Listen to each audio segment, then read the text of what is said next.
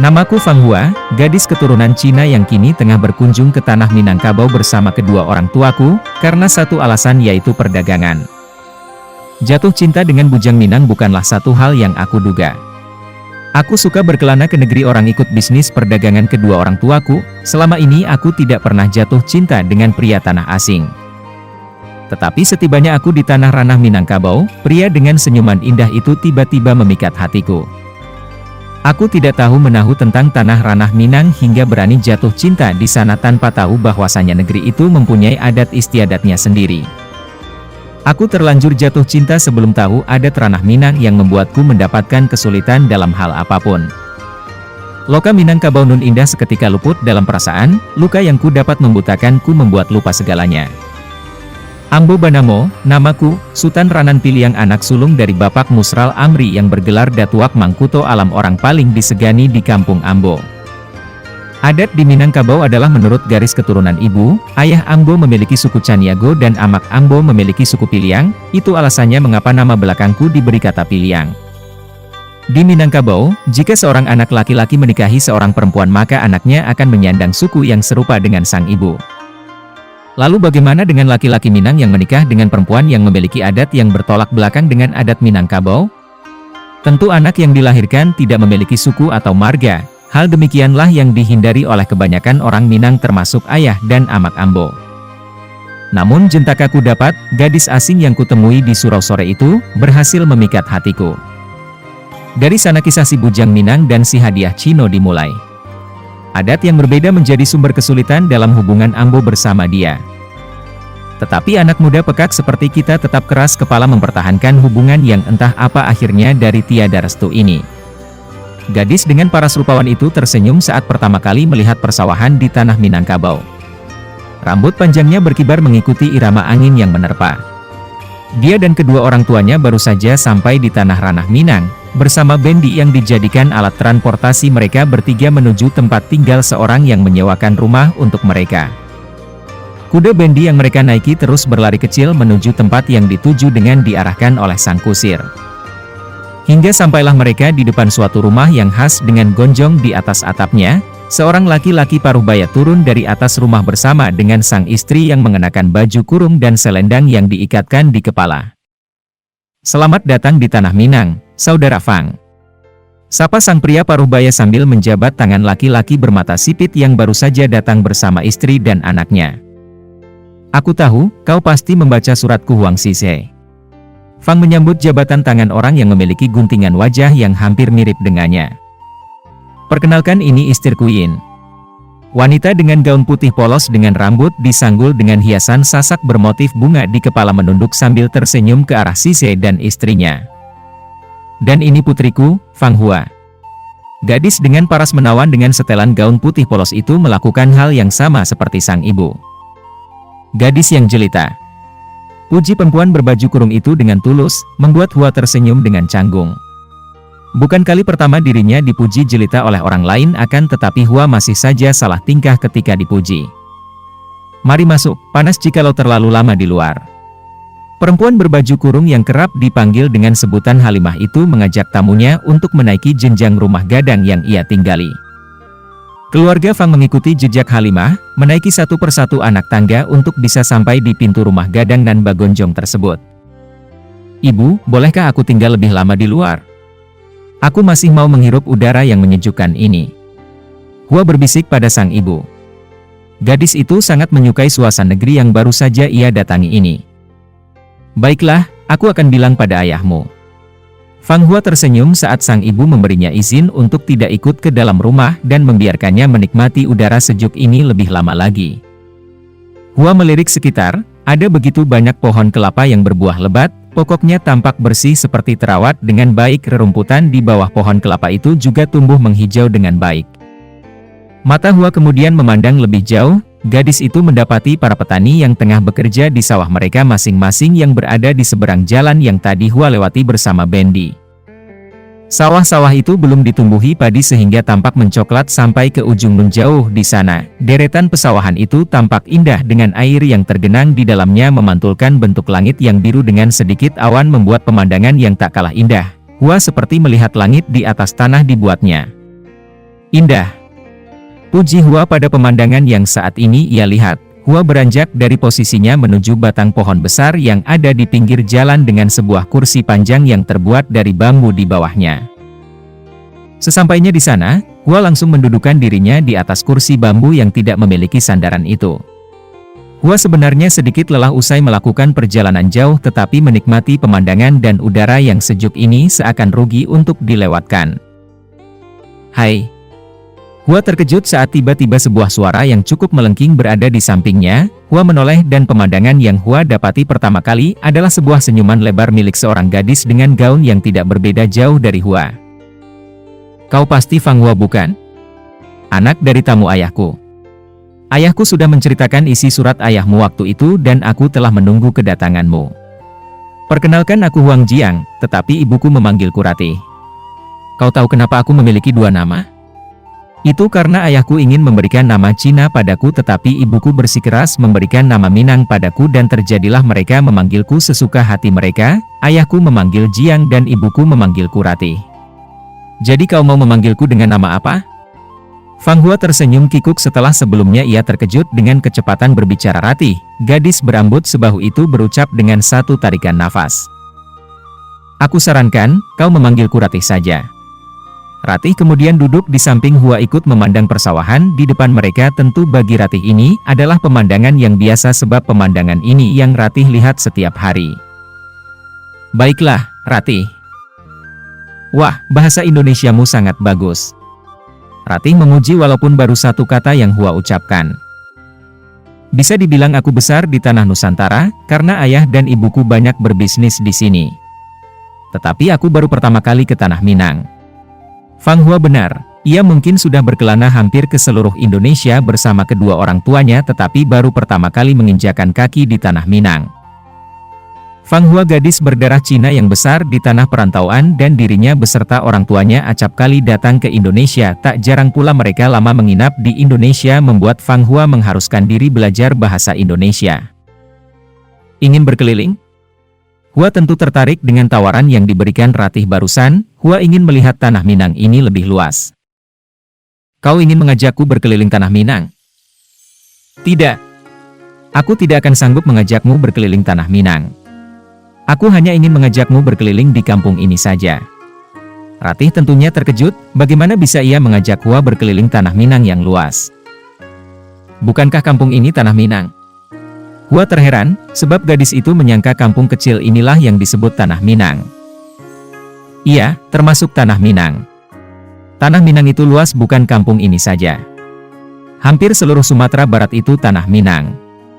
Hua sekarang mengerti, tempat yang saat ini ia kunjungi adalah salah satunya dari tanah Minang. Jadi, ingin berkeliling? Tentu, Fang Hua bersemangat, walau perkiraannya selama ini tanah Minang itu adalah nama satu kampung. Salah Hua tetap senang bisa menginjak salah satu tempat di tanah Minang. Mak, ati pai main lu samo.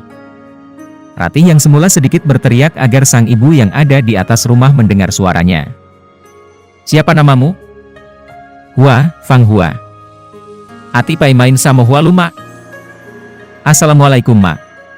Seorang anak muda dengan setelan baju kaos putih dengan sarung yang diletakkan di atas pundak serta peci hitam yang tertengger di kepalanya menyapa seorang wanita paruh baya yang tengah memberi makan ayam peliharaannya. Hasan, kaapai ka Suraulai? Yo mak, masirana nyomak. Pemuda dengan pipi sedikit berisi itu tersenyum seterusnya ia menanyakan keberadaan sang sahabat karib yang tak lain adalah anak dari wanita yang kini berada di hadapannya. Lai di rumah, nayaklah. Perempuan dengan setelan baju kurung serta selendang yang diikatkan ke kepala itu pun menyuruh pemuda bernama Hasan itu untuk menaiki tangga rumahnya agar segera bertemu dengan orang yang ia cari. Jadi mak, Hasan nayak lumak. Hanan kemudian mengayunkan kaki menuju anak tangga dan menaiki satu persatu anak tangga agar bisa sampai di depan pintu rumah gadang tersebut. Assalamualaikum, Nan. Ande lalok juawa ang baru? Hasan melangkah memasuki kamar Ranan yang pintunya tidak tertutup hanya ada kain yang menutupi pintu itu. Oi jago lai oi, ka Suraulai. Lasanjo harikomah. Hasan menggoyangkan bahu Ranan dengan begitu kencang membuat tubuh Ranan yang lebih kecil dari tubuh Hasan berasa sangat terguncang. Perlakuan yang dia terima membuat anak laki-laki itu mendesis. Ranan selalu kesal kepada Hasan sebab anak itu selalu melakukan apa yang Ranan tidak suka seperti membercandainya selalu. Pailah ang dulu, mangga duah den seang emaha. Ranan menepis keras tangan Hasan yang ada di bahunya, kemudian pemuda itu kembali menarik selimut dan memejamkan matanya kembali. Hasan terdengar menghela nafas berat, tidak habis pikir dengan kelakuan sahabat karibnya ini. Ustadz daka asurokinido, wang jo aden nan ka ema ajaan anak-anak tu. Ranan berdeci, bisa-bisanya dia lupa kalau ustadz besar di suraunya ada halangan untuk mengajar hari ini, jadilah dia dan Hasan yang dipercaya mengajar anak-anak di surau itu. Ranan kemudian langsung duduk pemuda itu kemudian berjalan keluar kamar entah kemana tujuannya. Hasan yang ditinggalkan di kamar begitu saja tidak tahu akan kemana Ranan pergi. Fang Hua dan Ratih terus berjalan menyusuri jalan yang tidak terlalu besar itu, ada begitu banyak hal yang membuat gadis berkulit putih susu itu terkesima. Kegiatan masyarakat yang beragam semuanya membuat Fang Hua memuji tanah Minangkabau ini, para ibu yang bisa meletakkan ember berisi air di atas kepala tanpa dipegang, kegiatan bapak-bapak yang mencangkul di sawah yang dapat Fang Hua lihat dari dekat, sepanjang perjalanan Hua memuji itu semua. Hua, kau lihat di sana? Ratih menyenggol lengan Fang Hua dengan sikunya, gadis itu kemudian menunjuk kepada salah satu bangunan dengan atap yang lonjong ke atas. Bangunan itu adalah bangunan panggung seperti kebanyakan rumah-rumah gadang yang ditinggali masyarakat sekitar. Itu surau, tempatku mengaji dulu. Sekarang tidak dihuni lagi. Fang Hua melihat bangunan itu terlihat sepi tetapi pintu dan jendelanya terbuka lebar. Dari jarak tempatnya kini berdiri yang terbilang cukup jauh dari surau, Fang Hua tidak bisa melihat ada atau tidaknya orang di dalam surau itu. Sultan Ranan Piliang, bujang gagah Nyonagari. Ranan anak datuk besar di negeri ini, orang paling disegani di kampung itu adalah ayahnya Ranan, Datuak Rajo Mangkuto Alam yang terkenal tegas dan menjunjung tinggi adat istiadat Minangkabau, tempat mengadu bagi orang kampung jika dalam kesulitan. Ibunya Ranan, berasal dari keluarga beradat pula. Mak Angah, begitulah orang kampung memanggil ibunya Ranan, dia adalah anak tengah dari 3 bersaudara dan anak perempuan satu-satunya dalam kakak beradik. Putih Risa, si bungsu di rumah Nan Gadang, gadih rancak Nyonagari, pemalu begitulah Risa dikenal dalam nagari. Keluar rumah jika hanya ada keperluan, namun kini Risa tidak berada di kampung halaman. Gadis manis itu sedang menimba ilmu di luar Sumatera. Terakhir, si sulung Nan Gagah. Banyak anak gadis yang tergila-gila dengannya, ramah tamah, murah senyum, budi pekerti nan elok, begitulah sosok Sultan Ranan Piliang dipandang orang nagari. Jikok bakato mamakai caronan ampek, mangecek jo urang Nan Gadang inyo mamakai caro kato mandaki, suaro lambuik juo mahormati urang Nan Labiah Gadang. Jikok mangecek jo kawan samo Gadang inyo mamakai kato mandata, bagurau samo Gadang ado batehnyo, indak mangbuek urang te asingguang.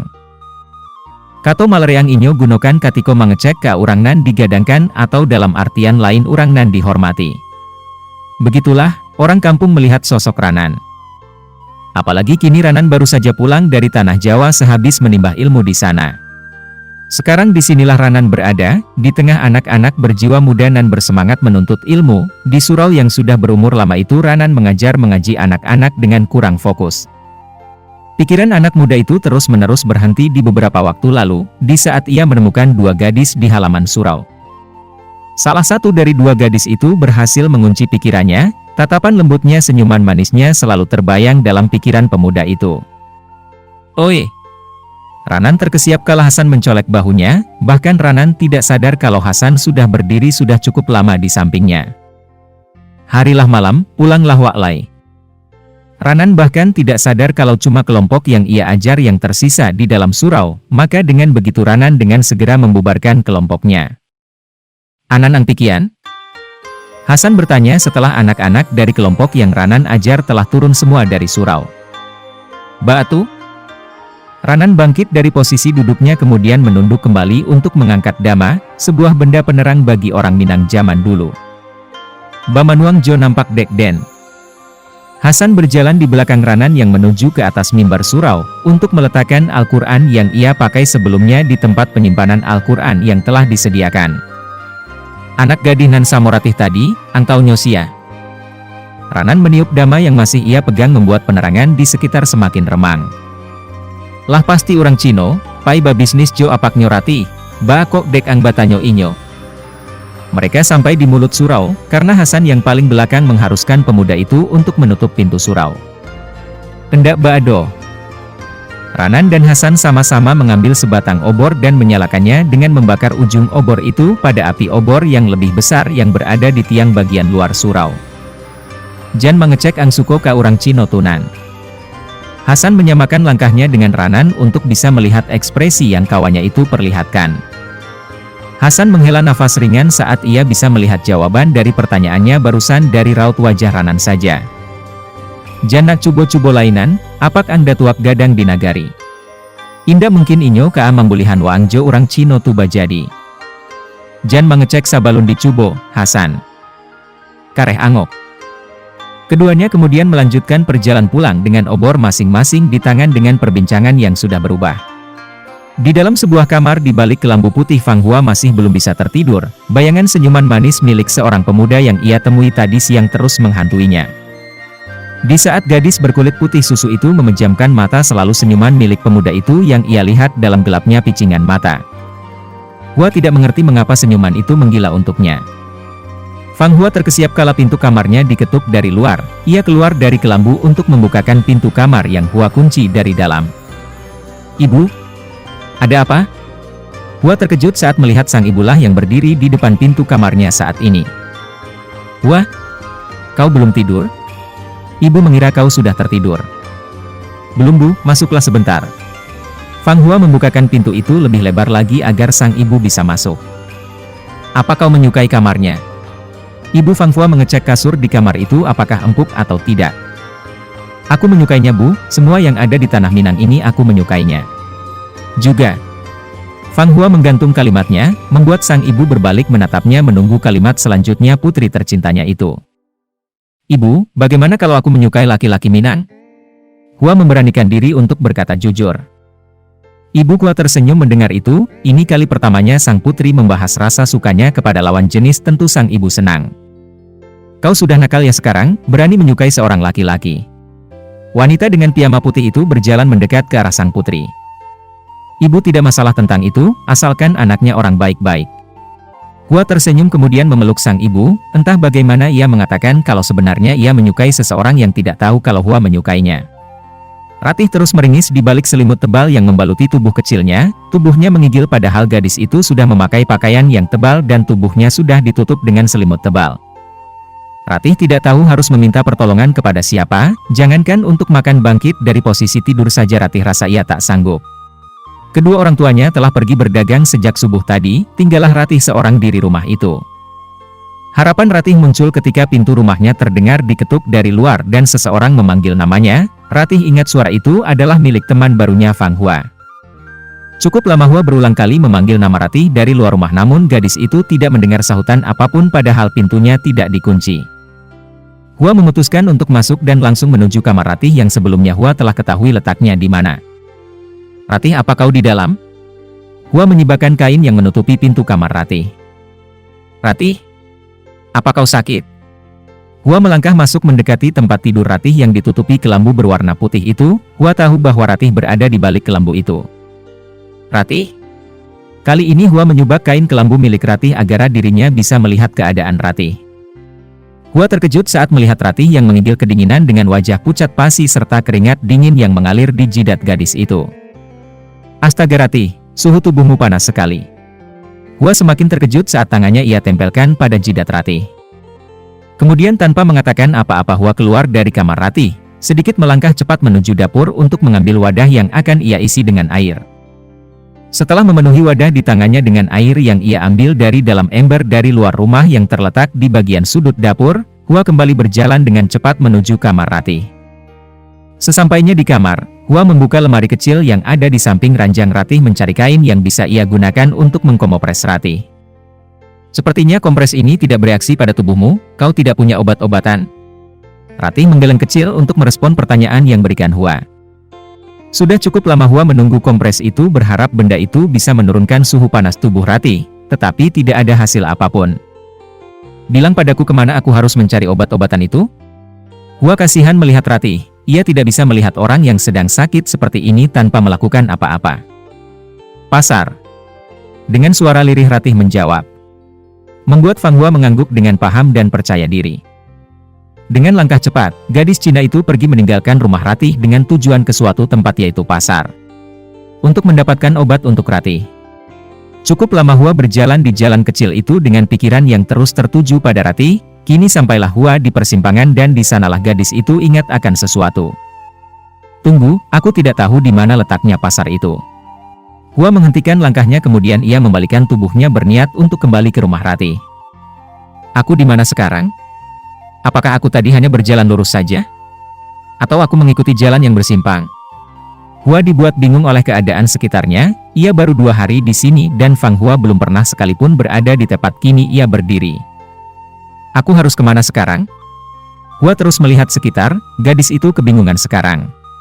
Di depannya ada simpang 3 dan tak jauh dari tempatnya berdiri ada persimpangan dengan 4 cabang dan Hua telah melewati persimpangan itu, akibat pikirannya terlalu tertuju pada Ratih ia sampai lupa jalan mana yang tadi ia lewati.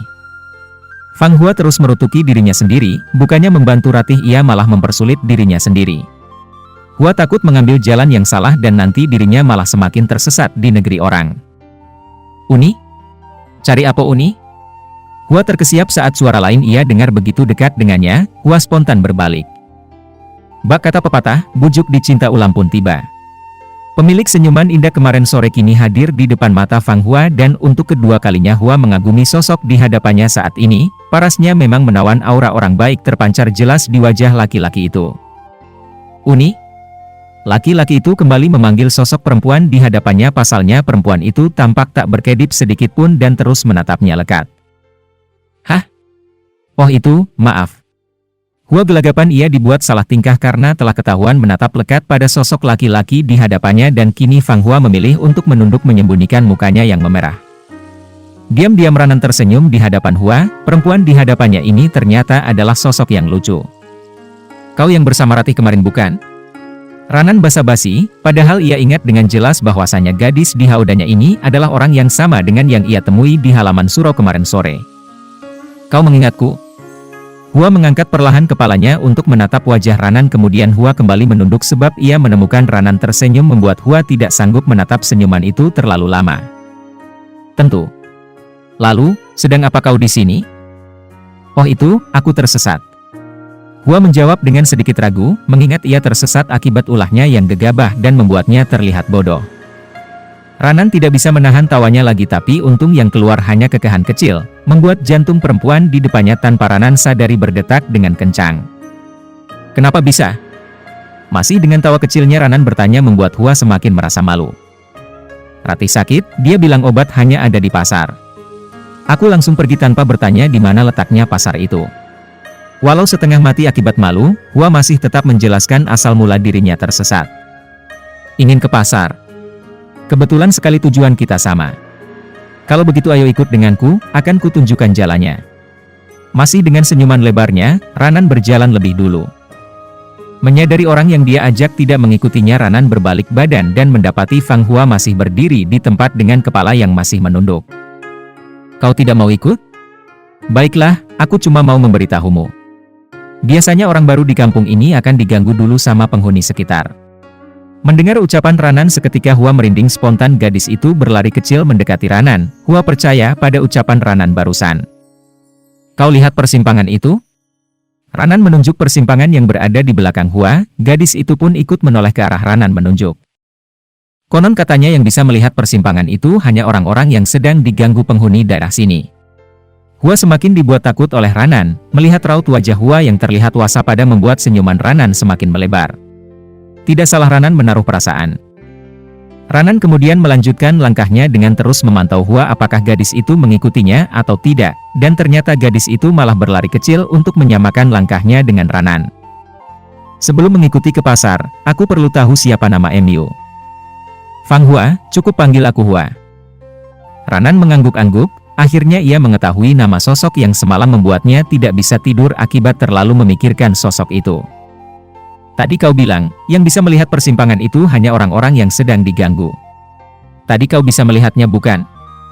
Hua sedikit mendongak untuk bisa melihat wajah laki-laki yang terus berjalan di sampingnya ini. Aku hanya bergurau tadi, maaf karena telah membuatmu takut. Mereka tidak tahu, bahwasan sebenarnya ada rasa yang lain tumbuh dari dalam diri masing-masing. Mereka nyaman mengobrol bersama, mereka juga nyaman berada dekat seperti ini. Membuat rasa itu semakin tumbuh dari satu sama lain. Kedua manusia itu berjalan beriringan, dengan si laki-laki di depan dan perempuannya di belakang. Hua tidak berani menyamakan langkahnya dengan Ranan, sebab gadis itu merasa tidak enak hati dengan Ranan dan orang kampung sini. Hua takut jadi buah bibir. Keheningan melanda mereka sampai di tempat keramaian yang begitu bising. Ranan memimpin jalan untuk masuk lebih dalam ke dalam kerumunan orang-orang itu dan Hua hanya mengikuti dari belakang. Di sana, Ranan menunjuk seorang laki-laki tua yang sedang berteriak sambil membungkus pesanan pelanggannya. Ubek gata, ubek damam. Sagala ubek ado disiko, mandakeklah ke amari. Begitulah kalimat yang bapak tua itu ucapkan, bahkan semenjak Hua berdiri di sini ia sudah mendengar bapak tua itu berteriak kalimat yang sama sebanyak 3 kali. Dia menjual banyak obat, kau tanyakan saja padanya obat demam. Dia akan memberikannya. Hua mengangguk paham, terima kasih Udaranan. Ucapnya sembari tersenyum canggung. Kau tahu namaku? Ranan tidak merasa pernah memberitahu namanya sepanjang perjalanan tadi kepada Hua. Hua mengangguk, gadis itu masih belum berani mengangkat kepalanya untuk beristatap dengan laki-laki yang lebih tinggi itu daripadanya.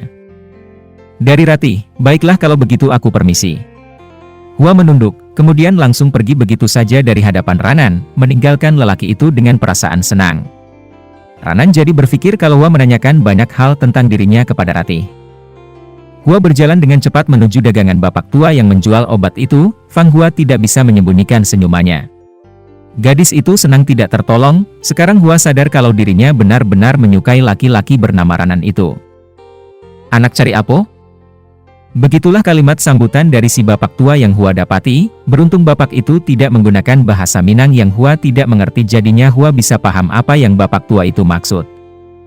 Sesuatu untuk seseorang yang lagi demam. Hua tidak paham tentang obat-obatan ini, selain dirinya yang jarang demam ia juga tidak pernah merawat orang sakit sendirian sebelumnya. Oh, bukan orang Minang ya? Bapak itu tahu saat Hua berbicara menggunakan bahasa Indonesia, yang beruntungnya ternyata bapak itu juga bisa berbahasa Indonesia. Kau mencari obat demam? Bapak tua itu kembali memastikan lagi supaya ia tidak salah ambil pesanan pelanggannya. Setelah melihat Hua mengangguk sambil tersenyum, laki-laki tua itu kemudian mulai mengambil sesuatu dari dagangannya kemudian dibungkus. Sudah berapa lama kau di sini, nak? Sambil membungkus pesanan Hua, laki-laki tua yang ramah itu bertanya kepada Hua. Baru 2 hari, dan aku sudah suka tanah Minang ini. Hua memberikan rupiah kepada pedagang itu dan menerima barang yang ia pesan. Suka tanah Minang atau suka anak Minang? Sambil mengambil kembalian uang Fang Hua, pedagang tua itu menggoda Hua sebab ia tanpa sengaja melihat Hua berbincang dengan seorang pemuda sebelum gadis itu berjalan mendekat ke arah dagangannya. Hua hanya tersenyum malu, sebenarnya Hua suka tanah Minang dan anak Minang juga. Hua berterima kasih kepada laki-laki tua setelah mengambil uang kembaliannya. Hua kemudian berjalan meninggalkan area pasar hingga sampailah Hua di dekat barisan bendi yang berdiri berjejer. Bau tinja kuda yang menyengat tercium menusuk hidung membuat Hua menutup hidungnya dengan tangan secara spontan. Hua berhenti melangkah tepat di samping kuda yang berada di jejeran paling akhir. Hua berdecak kemudian ia merutuki dirinya sendiri. Sial sekali, Hua lupa jalan pulang. Kenapa aku bodoh sekali? Tadi waktu kesini kenapa aku tidak menghafal jalan untuk pulang? Tapi malah asik memandang punggung tegap Udaranan dari belakang. Hua, kenapa kau bodoh sekali?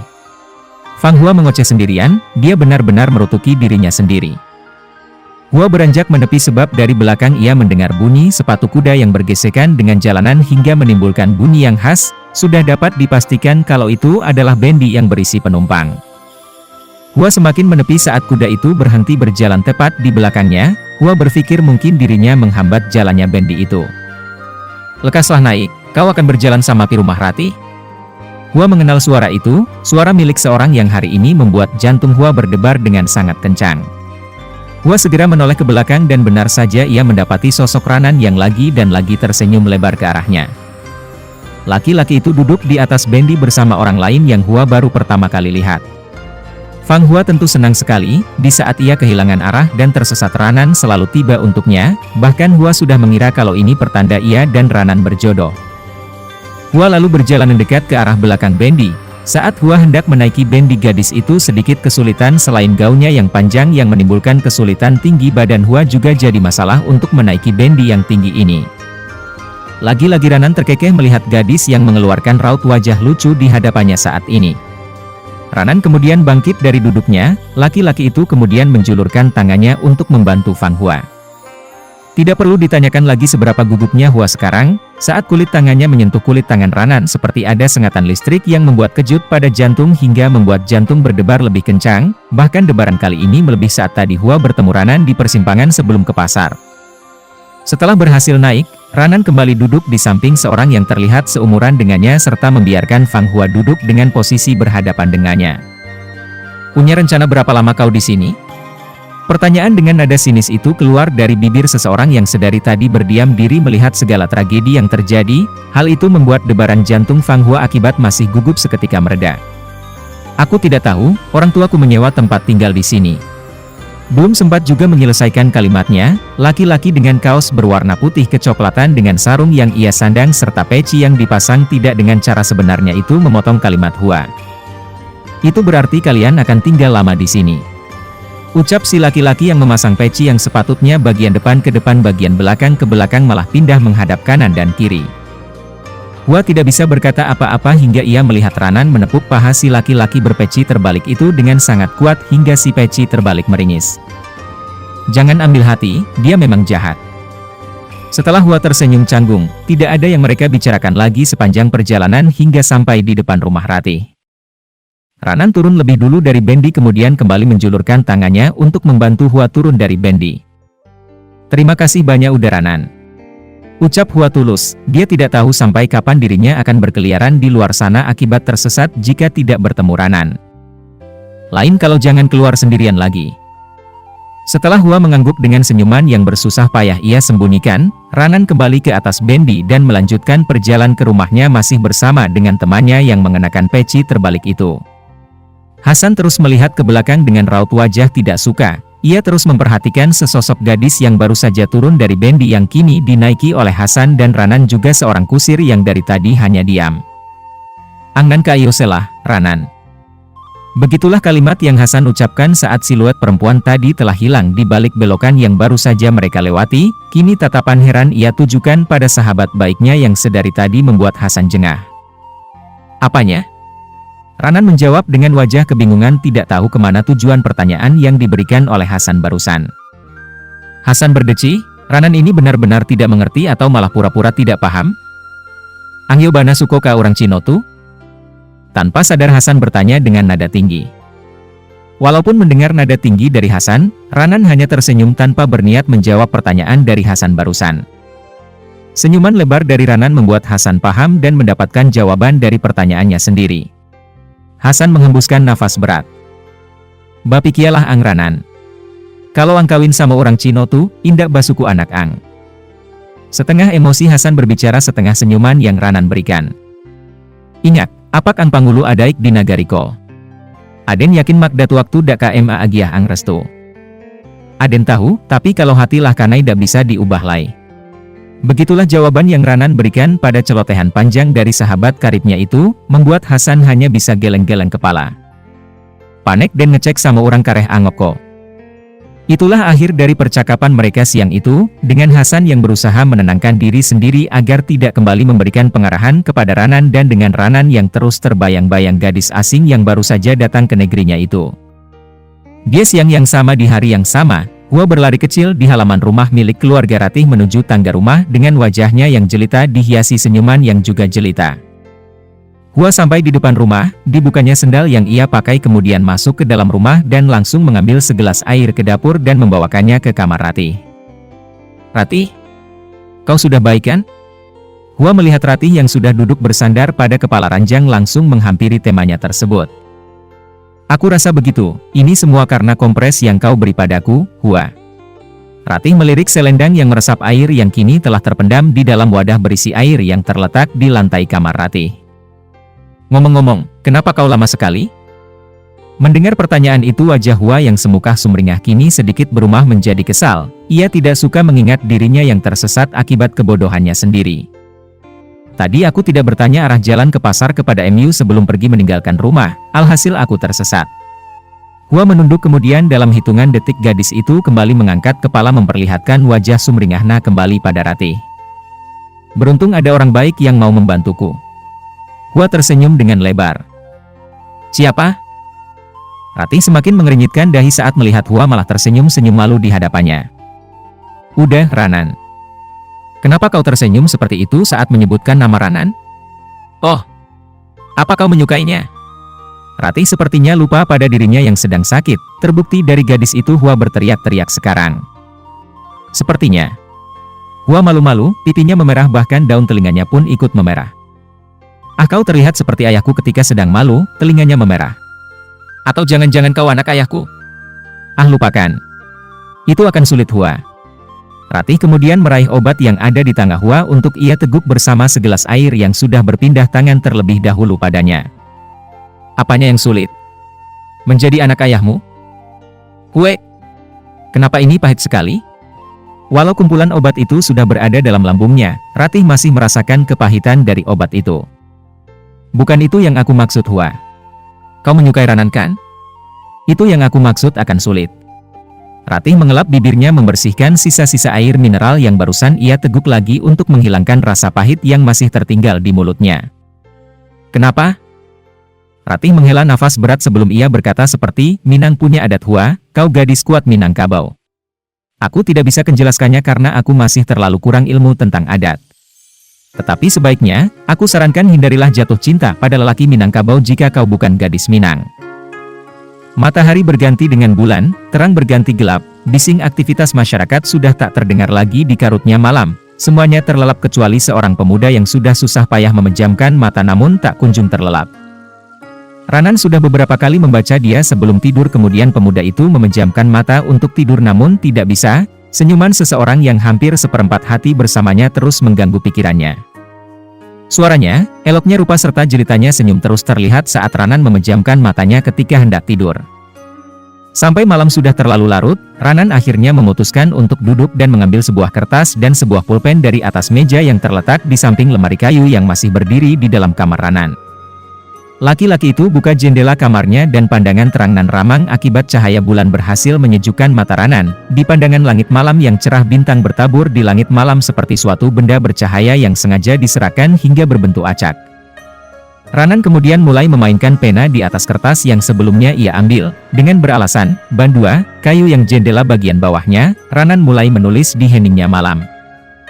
Teruntuk kau yang tak sengaja berhadapan denganku di halaman surau di sebuah sore yang cerah kala itu. Hadirmu di sekitarku seolah memberi gejolak dalam diriku yang tidak aku tahu itu apa. Gejolak rasa itu membingungkanku, gejolak itu membuatku selalu memikirkanmu setiap malam dan diangku. Bahkan mataku tak mau terpejam akibat kau selalu bermain di kepalaku, senyuman jelita milikmu selalu terbayang dalam kepala membuat sang gejolak rasa itu semakin besar. Jantungku berdebar begitu kencang saat tanganku menyentuh tanganku, pertemuan denganmu hari itu membuatku sadar gejolak yang selalu kualami. Maaf jika diri ini lancang, tetapi gejolak itu kupastika bernama cinta. Maka dengan seutas surat ini kuucapkan kepadamu gadis yang baru kutemui, yang memperkenalkan dirinya dengan nama Fang Hua. Bahwasanya aku pemuda bernama Ranan ini mencintaimu Fang Hua. Ranan sudah dapat memastikan kalau Hua dan keluarganya tinggal di perumahan Cina milik ayah Ratih yang biasa disewakan untuk pedagang-pedagang luar yang datang ke kampung mereka. Di depan gerbang perumahan yang khas adat Cina dengan tulisan-tulisan Cina yang tidak bisa Ranan baca. Ranan terus berjalan maju mundur menunggu sesuatu yang dirinya sendiri pun tidak tahu tengah menunggu apa. Hingga sampailah mata Ranan menangkap seseorang yang mengganggu pikirannya beberapa hari belakangan ini. Senyuman lebar menghiasi wajah rupawan Ranan, melihat bagaimana anggunnya seorang gadis berkulit putih susu itu dengan dress merah mudanya. Gadis itu tampak sedang menyiram tanaman di dalam pot yang sepertinya baru ditanam itu. Adik! Ranan mengalihkan pandangannya kepada seorang bocah laki-laki dengan pipi tembem yang baru saja melewatinya.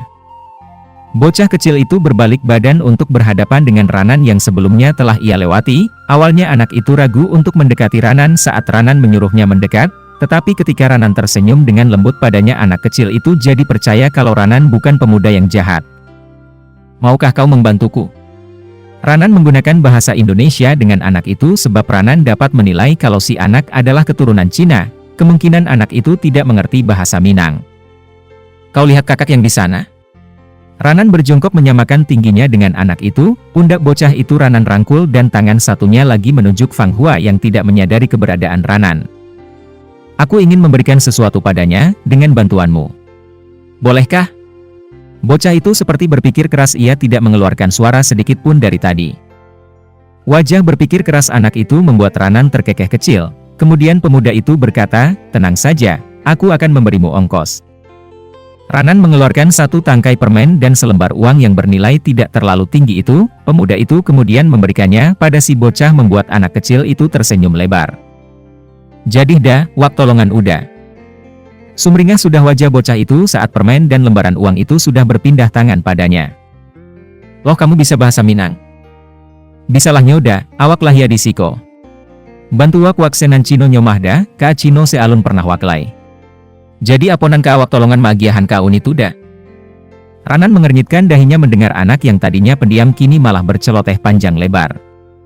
Ranan kemudian menggelengkan kepalanya, tidak ingin membahas hal lain lagi dengan anak ini. Maka dari itu Ranan segera mengeluarkan sepucuk surat yang semalam sempat ia tulis dari dalam saku celananya. "Aku ingin memberikan ini padanya, tolong ya." Ranan memberikan kertas itu pada bocah yang langsung menerima benda itu. "Surek dah." "Surek apa kau dah?" Anak itu membolak-balikan kertas di tangannya, dia penasaran. "Sudah, sampaikan saja padanya."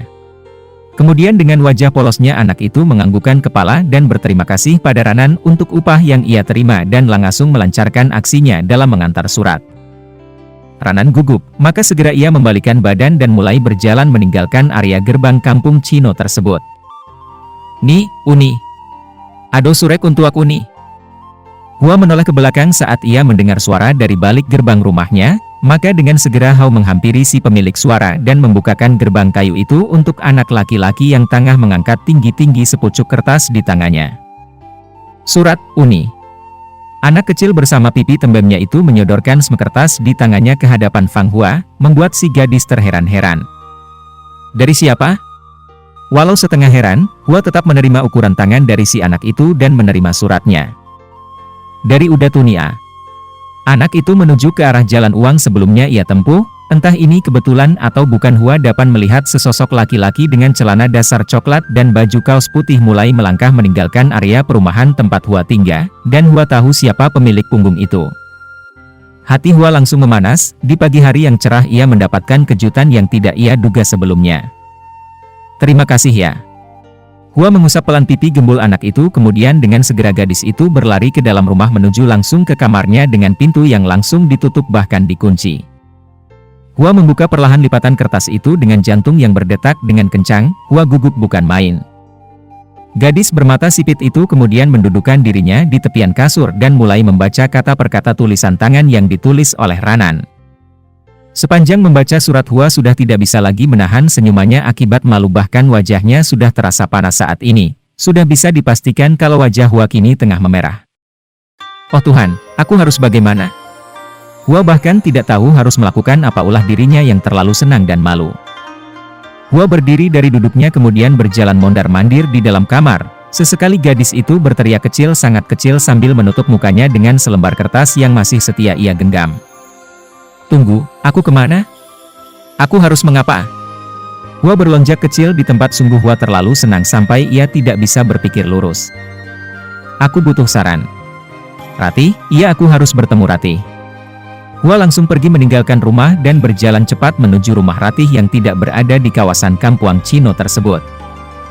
Dengan jantung yang masih berdetak kencang dan wajah yang masih memerah akibat malu, Hua melangkah menuju rumah Ratih. Hua butuh temanya itu sekarang juga. Butuh saran ya, butuh pemikirannya yang jernih. Pokoknya Fang Hua butuh Ratih saat ini juga. "Ratih!" Bahkan Hua belum sampai di depan pintu suaranya sudah terdengar sampai ke dalam rumah Ratih. "Ratih, kau di mana?" Hua menaiki satu persatu anak tangga menuju pintu rumah gadang milik orang tua Ratih. Hua menggedor-gedor pintu kayu itu dengan tidak sabar, membuat Ratih yang semula di dapur segera berlari ke depan untuk membukakan pintu untuk Hua. Hua, jangan berteriak, ada apa? Begitulah sekiranya kalimat pertama yang diucapkan Ratih saat pintu itu sudah ia buka untuk Hua. Aku butuh saranmu saat ini juga. Hua dengan wajah bahagianya memegang kedua bahu Ratih dengan kedua tangannya. Ada apa, Hua? Kau terlihat begitu bahagia. Ratih masih memasang wajah kebingungan. Gadis itu masih belum tahu alasan mengapa temanya ini terlihat sangat bahagia. Ya, aku sangat bahagia. Sungguh. Ratih spontan menutup mulut Hua yang berteriak kencang, kemudian mata Ratih melihat sekeliling. Mengingat rumahnya yang dekat dengan jalan, ia takut akan ada orang-orang yang mendengar suara nyaring Hua barusan. Ayo masuk, tidak enak didengar seorang gadis berteriak-teriak. Ratih menyeret tangan Hua masuk ke dalam rumahnya, kemudian kembali menutup pintu kayu itu. Ayo jelaskan padaku, kau bahagia sebab apa? Fang Hua dengan senyuman lebarnya mengangkat satu kertas yang sedari tadi ia pegang erat-erat di tangannya. Ini. Hua mengibaskan benda itu ke wajah Ratih, membuat gadis itu semakin dibuat bingung. Maka untuk membuat kebingungannya terobati, Ratih segera merebut kertas itu dari tangan Hua dan langsung membaca satu persatu kata yang ada di atas kertas itu. Hah? Mata Ratih melotot, mulutnya terbuka. Itu baru bait pertama yang Ratih baca. Mata gadis itu semakin terbuka lebar dan mulutnya pun semakin menganga semakin ia membaca surat itu ke bawah. Fang Hua. Ratih mengalihkan pandangannya dari kertas itu dan menatap Hua dengan mata yang masih melotot. Iya? Ini surat cinta. Benar sekali. Hua menjawab dengan penuh semangat, dia benar-benar bahagia sekarang. Orang yang dia suka ternyata juga menyukainya. Kedua gadis itu berpelukan meloncat di tempat hingga menghasilkan bunyi kecil pada padi yang berada di balik lapiak pandan, karpet dari pandan, yang mereka injak saat ini. Ini surat cinta dari Ranan? Sungguh? Wah, aku tidak sedang bermimpi bukan? Tunggu aku baca sekali lagi. Ratih kembali melihat surat yang masih ada di tangannya itu, memastikan nama sang pengirim. Wah! Ini benar dari Ranan. Huruf. Aku rasa ingin menangis. Hua mengipas tangannya di depan mata yang terasa perih. Cintamu tidak bertepuk sebelah tangan, Hua. Ratih terisak. Gadis itu benar-benar menangis saat ini sambil menggenggam kedua tangan Hua. Ratih, kau kenapa? Aku yang seharusnya histeris. Hua memukul pelan punggung tangan Ratih. Reaksimu berlebihan. Ucap Hua dengan wajah datarnya yang dibuat-buat. Oh iya, hehe. Raut wajah Ratih seketika berubah menjadi biasa. Tangan gadis itu beranjak mengusap pipi, menghapus sisa-sisa air mata yang tadi sempat keluar. Sekarang bagaimana? Dengan polosnya Ratih bertanya demikian membuat Hua menghela nafas berat. Itu alasannya aku mencarimu ke sini, Ratih. Aku ingin bertanya padamu, aku harus bagaimana setelah menerima surat ini? Hua merebut kembali surat itu dari tangan Ratih, kemudian gadis itu melipat dengan begitu hati-hati si surat tersebut seolah tidak boleh rusak sedikit pun. Tentu saja kau harus membalasnya. Dengan sedikit menaikkan satu nada bicaranya bersama kening yang berkerut, Ratih menjawab. Membalas apa?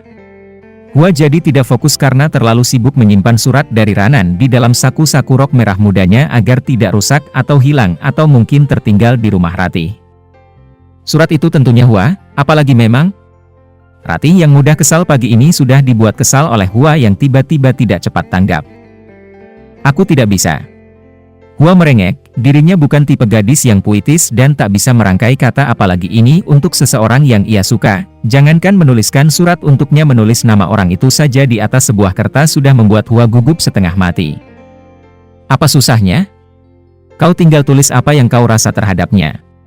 Kau menyukainya bukan? Tulis di surat itu kalau kau juga menyukainya.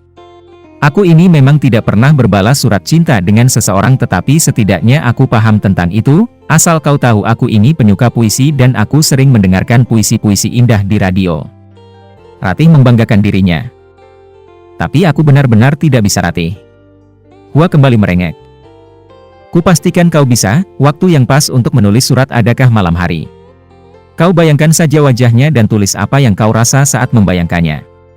Ratih berubah menjadi seorang penasehat cinta sambil menepuk-nepuk pelan pundak temanya tersebut. Lalu, andaikan aku memang membalas suratnya. Bagaimana itu akan bisa sampai pada udaranan? Bahkan Hua sudah memikirkan langkah setelah surat itu ia buat nanti. Tentang itu kau tidak perlu khawatir Hua, kau lupa bahwa kau punya aku? Biar ku antar ke rumahnya nanti. Aku ini teman kecilnya jika kau lupa. Ratih menepuk dada sebelah kirinya disertai senyum bangga pada diri sendiri di bibirnya. Kau belum pernah cerita tentang itu padaku. Wajah Hua yang semula berbinar kini berubah memalas. Oh benarkah? Kalau begitu aku akan bercerita lain kali, hehehe. Nanti malam kau harus memikirkan balasannya, sekarang kau bantu aku memasak gulai jengkol untuk diantar ke toko ayahku. Lanjut Ratih sambil mendorong pelan bahu Hua menuju arah dapur.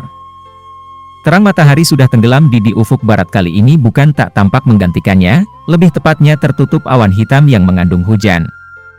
Cuaca malam itu terasa begitu dingin disertai angin yang berhembus cukup kencang, walau begitu tidak mengganggu Hua untuk tetap berpikir keras malam itu. Ia masih tidak tahu harus menuliskan apa untuk membalas pesan Ranan walau Hua sudah duduk di kursi dengan sebuah kertas dan pulpen di atas meja yang berada tepat di hadapannya.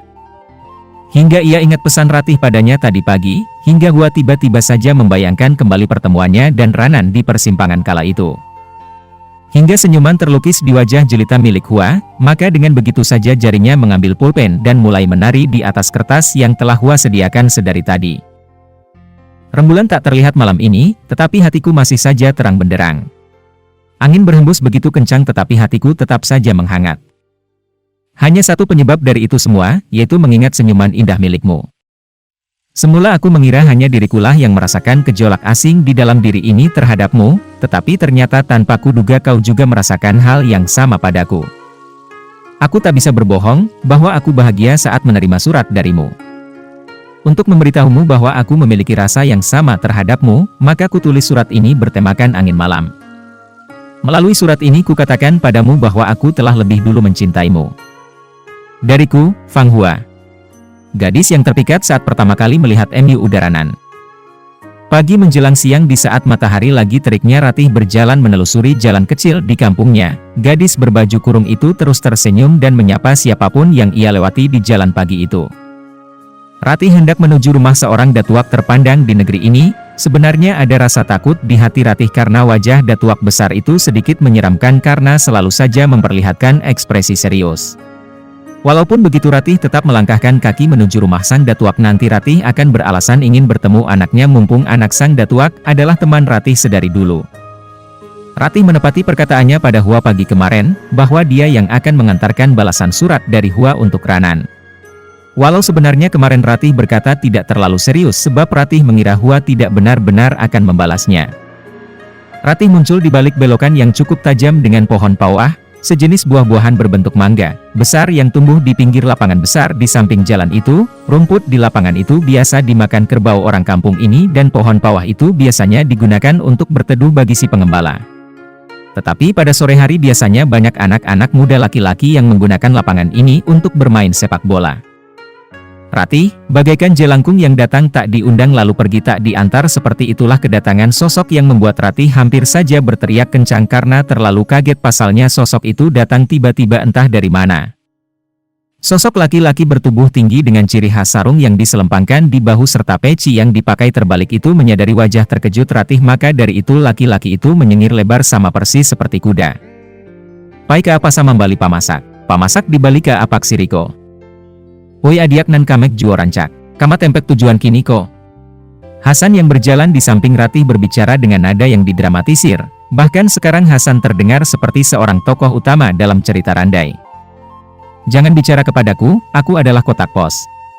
Ratih berjalan dengan tegap, pandangannya lurus ke depan dengan ekspresi wajah yang dia buat seserius mungkin. Kotak pos? Bingung Hasan dengan kening berkerut, bahkan saking bingungnya Hasan sampai menggarut perutnya yang sedikit maju ke depan itu dengan tangannya sehingga si lemak yang ada di perut Hasan bergetaran si buatnya. Iya, aku menjadi kotak pos untuk dua anak muda yang tengah kasmaran sekarang. Ratih sepertinya kesal, entah kesal karena ia mengantarkan surat cinta, atau kesal karena ia tidak pernah menerima surat cinta seperti yang diterima Hua. Ratih merubah ekspresinya, gadis itu mengangkat kertas yang sedari tadi berada di tangannya ke depan wajah Hasan. Surat dari teman Cinamu itu? Untuk Ranan? Mendengar dua pertanyaan itu keluar dari bibir Hasan, Ratih hanya mengangguk menjawab. Melihat perilaku Ratih barusan, Hasan menghela nafas berat, wajah cerianya yang semula tiba-tiba lenyap digantikan wajah serius bercampur ekspresi memalas Hasan. "Ba tu bapak tuluikan orang Cino tu? Ba kok dek namuah sema antaan surek-surek modeko?" Pertanyaan bertubi-tubi itu Hanan ucapkan dengan nada sedikit meninggi, membuat Ratih menghentikan langkah kecilnya dan memilih menghadap pada Hasan untuk melihat wajah laki-laki itu. "Ba tu?" Ratih tentunya kebingungan dengan perubahan sikap dari Hasan yang tiba-tiba. "Ratih, aturannya sabagi kawan kita dak mandukuang kawan kita di jalanan salah doh." Hasan berkata masih dengan nada yang tidak biasa.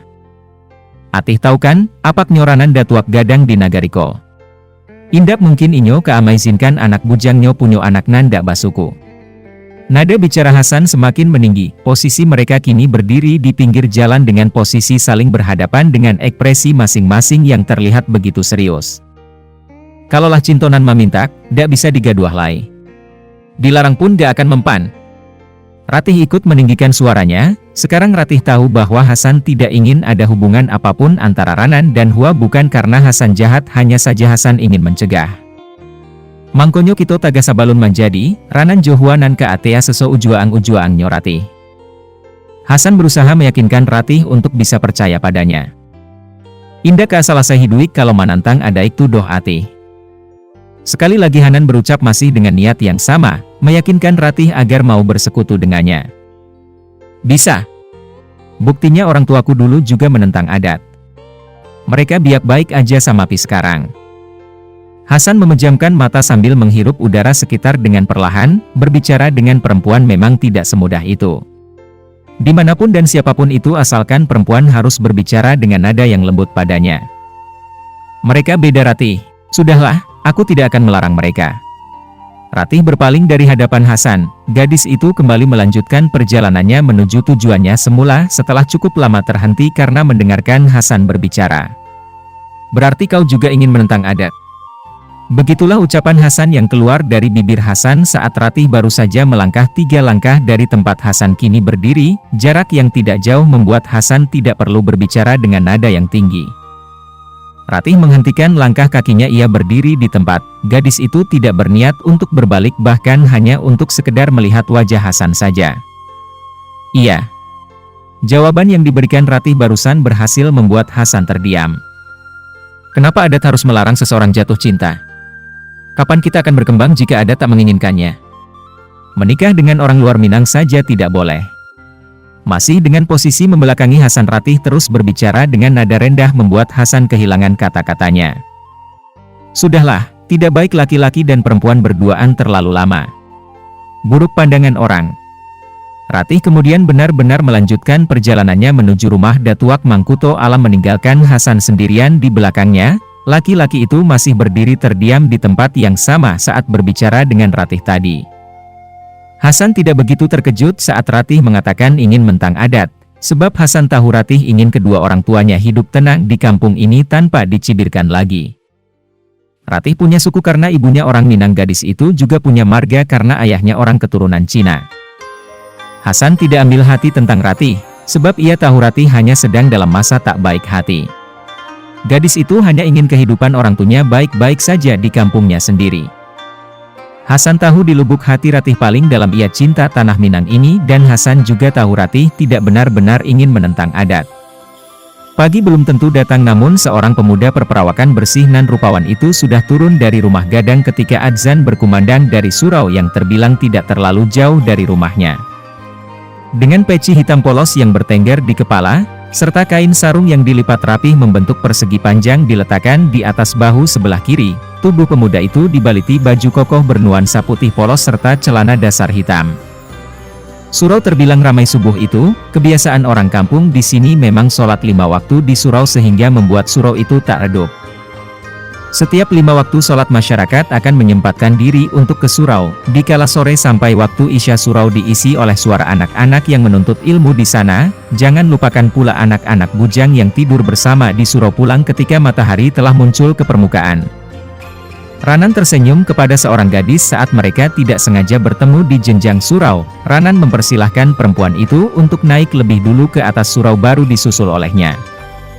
Setibanya di atas surau, gadis tadi bertemu dengan teman sebayanya. Dia tampak berbisik kepada si teman, kemudian si gadis itu tersenyum gembira dan melirik sekilas ke arah Ranan yang berjalan ke arah barisan para lelaki. "Alah gagah, Kamek, sopan lola itu. Idaman bana," ucap teman si gadis yang sebelumnya bertemu Ranan di depan surau. Tidak jarang orang-orang memuji Ranan, selain rupanya yang tampan, perangainya pun elok, membuat Ranan menjadi menantu idaman ibu-ibu di kampungnya dan menjadi lelaki impian bagi para gadis yang melihatnya. Selesai sholat, Ranan menyempatkan diri untuk mengaji bersama ustadz dan beberapa masyarakat lainnya. Ranan baru akan pulang ketika hari sudah mulai terang. Tak jarang anak-anak gadis yang ikut mengaji sehabis sholat subuh hanya untuk berada di dekat Ranan lebih lama. Sepulang dari surau, Ranan duduk di atas rumah gadang berdampingan dengan ayahnya, ditemani secangkir kopi milik ayah dan asap rokok daun tembakau milik ayah yang membubung sampai ke loteng rumah mereka.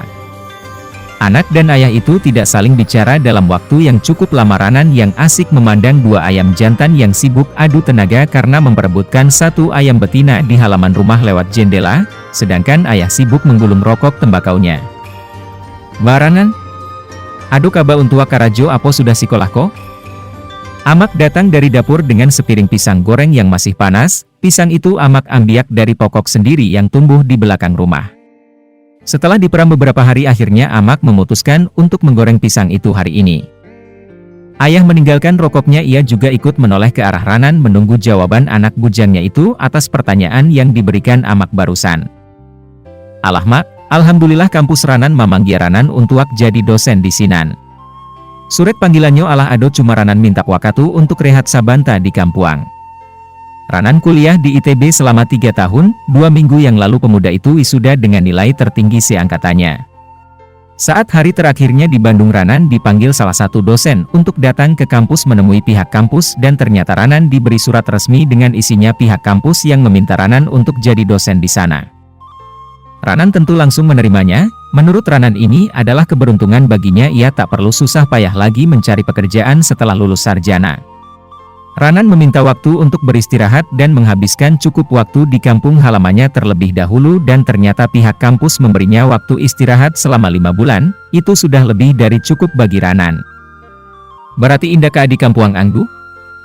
Kali ini suara berat ayah yang Ranan dengar. Seketika Ranan menoleh ke samping, lebih tepatnya ke samping kanan di tempat ayah kini duduk sambil merokok lagi di tempat kesukaannya.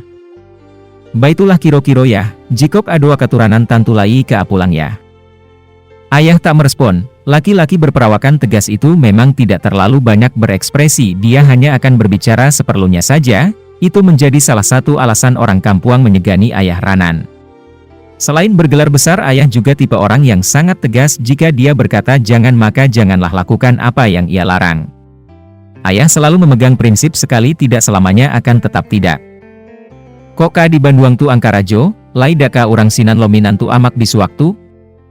Amak bermaksud bercanda sedikit dengan anak bujangnya. Ia tak benar-benar serius dengan ucapannya sungguh, tetapi Amak tidak pernah menyangka respon yang akan ayah berikan. "Kecek tu doa. Jan bagerah kau jo kecek tu." Nadanya tegas membuat Amak seketika terdiam, meskipun sebenarnya Amak tidak benar-benar bungkam, bahkan Amak sedikit berbisik, "Bagerah ambonyo. Wang Ranan." Ayah seketika melirik ke arah Ranan. "Minantu ambo harus urang Minang, ambo dak nio punyo cucunan indak basuku. Ingek, kita mesti mamacik adai kitonan lah ado." Nada bicara ayah rendah namun kesan tegas dan penekanannya tidak luntur dari nada bicara sang datua. Ranan hanya mengangguk. Ia seketika teringat tentang hatinya yang terlanjur berlabuh pada gadis asing di kampung ini. Ranan berusaha berpikir yang baik-baik saja. Mungkin saja ayah akan memberi izin jika gadis itu berada di kampung ini.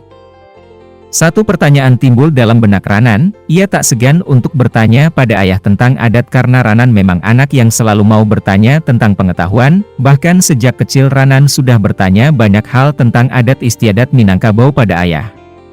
Ranan kemudian berkata, "Bakok adaik Minang malarang laki-laki manikah jo urang luar Minang ya?"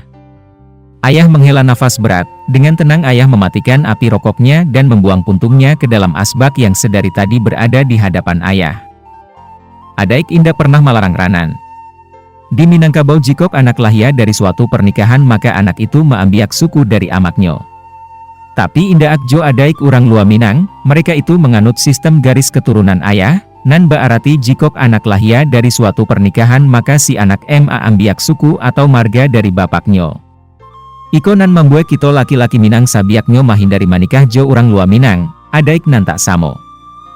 Adat tidak pernah melarang Ranan, di Minangkabau jika seorang anak lahir dari sebuah pernikahan maka anak itu akan mengambil suku dari sang ibu. Tapi tidak dengan adat orang luar Minang, mereka itu menganut sistem garis keturunan ayah, yang berarti jika seorang anak lahir dari sebuah pernikahan maka si anak mengambil suku atau marga dari sang ayah. Ini yang membuat kita sebaiknya menghindari menikah dengan orang luar Minang, adat yang berbeda. Waang ruponyo salah maartian tantang itu salah mokoranan, ko ang pikia jikok bujang Minang manikah jo gadih indah urang Minang, kama anaknyo ka ama ambiak suku. Diadaik apaknyo si anak basuku samojo amaknyo sedangkan manurwik adaik amaknyo si anak basuku samojo apaknyo. Ujuang dari itu adalah anak nanda basuku. Itu nan kito sebagai orang Minang hindari Ranan. Adaik Minang indah pernah malarang, cuma kito sebagai orang Minang mahindari pernikahan sarupo itu. Paham angkini tantang itu Ranan? Ayah menjelaskan panjang lebar sebagai peran ayah sekaligus peran sebagai datuak. Ranan hanya mengiyakan, ia banyak berpikir tentang satu adat ini. Tetapi ia tak dapat berbohong tentang perasaannya pada sosok wanita asing yang sudah mengisi hatinya. Assalamualaikum. Di tengah keterdiaman Ranan yang berpikir panjang tentang apa yang ayah jelaskan barusan suara seorang gadis dari depan rumah berhasil mencuri perhatian seisi rumah. Adoratih di bawah. Amak yang telah lebih dulu membuka pintu dan melihat siapa yang datang kini kembali ke atas rumah memberitahu siapa yang datang bertamu pagi-pagi. Ketika sore menjemput di saat itulah para petani sawah mulai keluar dari sawah dan bersiap untuk pulang ke rumah masing-masing.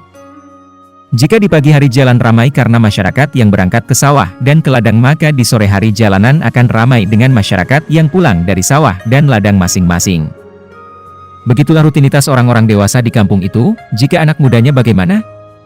Jika pagi tentu saja mereka ikut meramaikan jalanan dengan berjalan kaki berombongan untuk menuju tempat mereka menimba ilmu yakninya sekolah negeri yang hanya ada satu di kampung ini. Pada siang hari jalanan kampung itu akan kembali ramai oleh anak muda yang berisik karena saling melempar canda saat pulang sekolah bersama dan sore harinya mereka kembali keluar rumah untuk menuntut ilmu agama di surau besar kampung itu. Seperti saat ini misalnya, jam baru saja menunjukkan pukul 5 sore tapi anak-anak dan remaja sudah ramai datang ke surau untuk mengaji dan sholat maghrib berjamaah bersama. Suasana berisik, ada beberapa kelompok remaja perempuan yang tertawa dengan anggun sambil mengobrol bersama juga remaja laki-laki yang bergurau sesama mereka.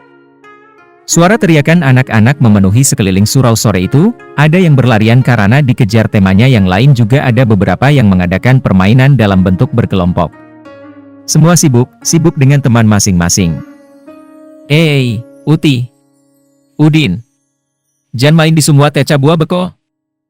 Suara ongking milik seorang laki-laki mengudara membuat kedua anak pemilik nama langsung berlarian meninggalkan sumur yang berdinding semen itu. Hasan laki-laki yang barusan berteriak geleng-geleng kepala saat melihat dua bocah yang barusan ia tegur berlarian ke arah belakang surau. Adi, Pendi. Jangan baca kak. Dan goreang kalian bekolai mah. Hasan dibikin gemes dengan dua bocah laki-laki yang memperebutkan satu benda yang sepertinya itu adalah bola kaki yang sudah kekurangan angin. Perasaan dan ketek dak samada mada anak ketek kini dulah. Hasan memandang langit cerah sore itu, ia berusaha membayangkan masa kanak-kanaknya yang ia anggap masa-masa di mana dirinya menjadi anak yang sangat-sangat baik serta ramah tamah. Ranan yang sedari tadi berjalan di samping Hasan hanya bisa tersenyum. Ranan teman Hasan sedari kecil tentu Ranan tahu bagaimana pertumbuhan seorang Hasan yang dipenuhi lika-liku. Jelas Ranan ingat bagian-bagian besar perilaku luar biasa Hasan. Waang se ampia anyuik di batang ayalai dek dak nio mandangaan kecek amak ang, tu ang pernah lo manjek batang karambia tibo di tengah dak talok kateh lai turun dak lo bisa. Dek ka elok nio ang mah. Ranan mengatakan dua hal yang paling ia ingat sebab kejadian itu dirinya lah yang menyaksikannya. Mendengar itu Hasan hanya tersenyum sambil memamerkan gigi rapihnya sambil menggaruk lehernya yang tak gatal. Janlah ang baco-baco pulo, malu den. Begitulah sekiranya kalimat yang Hasan ucapkan masih dengan ekspresi tersenyum lebar seperti kuda. Hasan bukan tipe anak yang pendiam waktu kecil. Hari-harinya yang dihabiskan bersama Ranan membuat keduanya hampir memiliki ingatan tentang kenakalan masa kecil yang sama. Tentu saja kenakalan itu adalah ide dari Muhammad Hasan Koto. Bahkan dulu mereka pernah nekat masuk ke kebun orang buat mencuri buah coklat dan berakhir ketahuan, saat mereka kabur dan memanjat pagar kaki Ranan tersangkut dan menghasilkan luka yang begitu lebar dan dalam, bahkan bekasnya masih terlihat sampai sekarang. Awal mulanya Ranan kecil tidak mau diajak Hasan yang mendapat ide entah dari mana untuk mencuri buah coklat itu. Hasan dengan segala kalimat meyakinkannya berhasil meluluhkan Ranan kecil waktu itu untuk mau ikut bersamanya mencuri buah coklat. Jika mengingat masa kecil tidak akan ada habisnya, apalagi pernah tumbuh bersama sosok Hasan yang aktifnya terlampau aktif. Ranan geleng-geleng kepala saat ingatan masa kecilnya bersama Hasan kembali terlintas dalam benaknya. Ranan tidak ada firasat apapun sebelumnya, tetapi saat ia mengangkat kepala untuk ditolehkan ke arah samping kiri, lebih tepatnya ke arah gerbang surau yang tadi ia lewati bersama Hasan, seonggok makhluk cantik dengan kulit putih dengan gaun panjang berwarna putih gading membaluti tubuhnya berhasil mengunci pandangan Ranan. Gadis itu sedang membantu seorang anak perempuan untuk kembali berdiri karena ia baru saja tersandung. Fang Hua, gadis itu tampak bertanya pada si anak apakah dia baik-baik saja atau tidak. Sesekali Hua juga terlihat meniup pelan telapak tangan anak di hadapannya itu pelan, sebab ada goresan kecil di sana. Hua bersama Ratih yang juga ikut berjongkok untuk menyamakan tinggi dengan si anak, kini bangkit berdiri. Kedua gadis rupawan itu membimbing si anak perempuan itu untuk berjalan menuju sumur. Sepertinya dua gadis itu mengajak si anak perempuan itu untuk membersihkan lukanya dengan air mengalir. Ranan ingat isi surat balasan dari gadis yang kini tak luput dari pandangannya. Setiap gerakan si gadis Ranan perhatikan. Mengingat surat itu, Ranan serasa ingin sekali menghampiri sosok cantik itu. Ia ingin mengobrol lebih banyak lagi dengan Hua. Ratih menyiramkan air ke tangan anak perempuan itu dan Hua meniupnya perlahan. Terlihat anak itu meringis menahan perih yang tiba-tiba semakin terasa menyengat saat air mengalir di permukaan lukanya. Hua masih fokus, sedangkan Ratih tidak sengaja menangkap dengan matanya sosok Ranan yang setia berdiri di tangga pintu masjid dengan terus melihat ke arah mereka. Ratih sepertinya menyadari bahwa Ranan melirik Hua, maka dengan segera Ratih mencolek lengan Hua dengan telunjuknya membuat Hua menoleh ke arahnya dan berakhir dengan mengikuti arah pandangan Ratih. Hua sedikit terkejut, jantungnya yang semula normal kini berpacu 2 kali lipat lebih cepat. Ia gugup diperhatikan seperti itu. Hua jadi salah tingkah, ia tidak tahu harus melakukan apa sekarang. Sudah, temui dia. Aku tahu kau juga ingin berbicara banyak dengannya, bukan? Ratih meraih tangan mungil milik anak perempuan yang masih setia meringis karena kesakitan itu dari tangan Hua. Ratih kemudian menunjuk Ranan dengan dagunya. Hua melirik ke arah Ratih. Dari tatapannya dapat Ratih rasakan bahwa sahabatnya itu gugup dan meminta pendapat padanya antara menemui Ranan atau tidak. Sudah, sana. Hua mendorong pelan bahu Hua, membuat gadis itu meski selangkah. Hua menarik nafas lebih dalam sebelum ia benar-benar melangkah untuk mendekat ke arah Ranan berdiri dengan senyuman lebar yang tertuju pada Hua. Hai. Hua menyapa dengan kepala menunduk, gadis itu tidak berani menatap wajah Ranan. Ketika matahari telah bersinar terik pertanda awal hari baru dimulai, kegiatan yang sama seperti hari sebelumnya kembali dilakukan.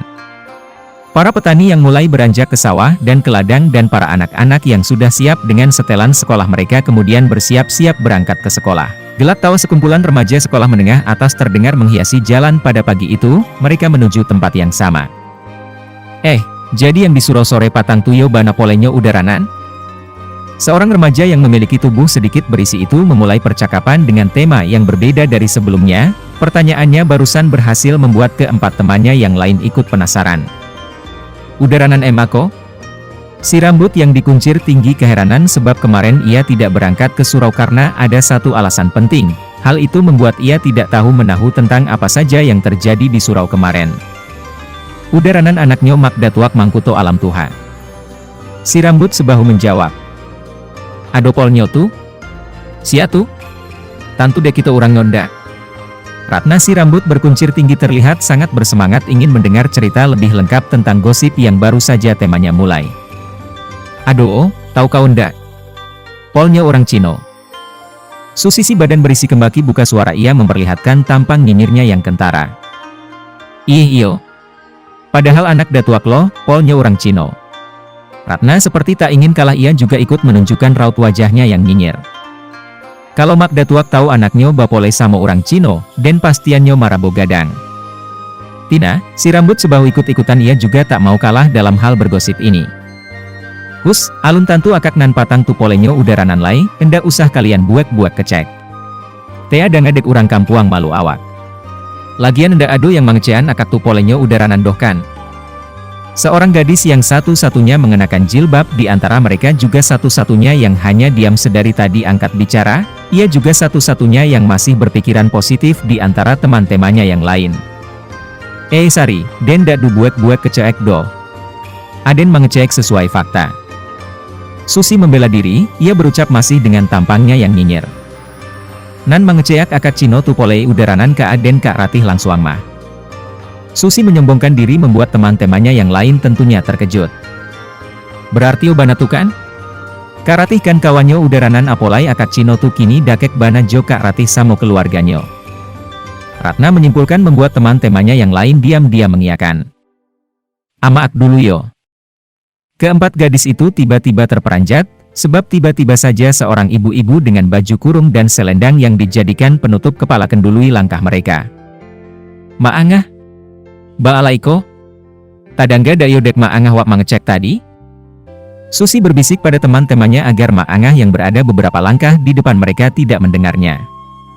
Tulah, lah dan kecean jan buek-buek kecek juo. Sari menegur teman-temannya. Mereka semua tentu panik apalagi saat melihat Mak Angah mempercepat langkahnya, wanita paruh baya itu kini semakin menjauh dari empat remaja yang semakin panik itu. Mak Angah sampai di rumahnya ia segera berjalan ke arah samping rumah Gadang dan Bagonjong itu untuk masuk melalui pintu dapur. Mak Angah baru saja pulang dari kedai sehabis membeli gula dan kopi sebab persediaan di rumah sudah habis namun Mak Angah tak ada perkiraan jika di perjalanan ia akan mendengar nama anaknya disebut-sebut dengan nada mencibir.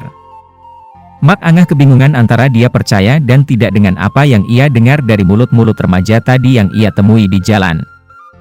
Dari Mak Amak? Mak Angah berbalik dan ia menemukan anak bujangnya datang menghampiri dengan senyuman khas milik anak bujangnya itu yang terlihat mirip dengan sang ayah. Dari kadai.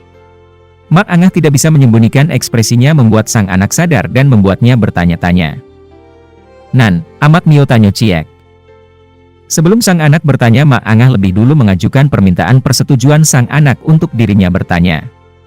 Mak Angah menghela nafas sejenak sebelum ia benar-benar bertanya pada anaknya.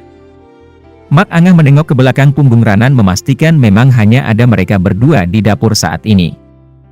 Nak, apa iyo Ranan jatuh hati sama orang Cino? Setelah Mak Angah memastikan tidak ada orang lain di sana barulah ia bertanya. Kama mereka terdiam dengan Mak Angah yang menunggu jawaban Ranan dengan seangkat tidak tenang. Setelah beberapa menit Mak Angah menghela nafas gusar sebab ia sadar jawaban apa yang ada di balik keterdiaman anak sulungnya tersebut. Balako dekas itu babala buahan cinto nak? Dak kakak tuju dek ayah waang doh nak. Kenapa kamu melabuhkan cinta ke dia nak? Ayahmu gak bakalan setuju. Mak Angah mengusap lengan Ranan ia tak habis pikir dengan anak sulungnya ini. Batu mah? Cinto kami dak salah doh Mak. Mak Angah kembali menghela nafas gusar saat mendengar jawaban dari sang anak. Kapatang Wang baru batanyo tantang adat ke ayah Ang. Balako kini yang lakuan. Apo anda mengerti jo aponan ayah Ang tarangan? Ranan paham Mak, adaikan indak malarang Mak cuma kito yang mahindari. Hati Ranan lah sapan wahnya hua Mak, Ranan lah jatuh hati ke gadih Cino tu. Ranan paham Mak, adat kan gak melarang cuma kita yang menghindari. Hati Ranan sudah sepenuhnya buat Huamak, Ranan sudah jatuh hati pada gadis Cina itu. Ranan menjelaskan, suaranya tak tinggi nadanya datar sebab Ranan tidak ingin meninggikan suaranya kepada sang ibu. Jatuh hati ke gadis Cino. Mak Angah dan juga Ranan langsung menoleh secara bersamaan ke arah pintu. Mereka terkejut saat mereka melihat Datuak Mangkuto Alam yang tak lain tak bukan adalah ayah Ranan berdiri dengan kedua tangan berada di atas tongkat kayu yang ia pegang wajahnya penuh intimidasi.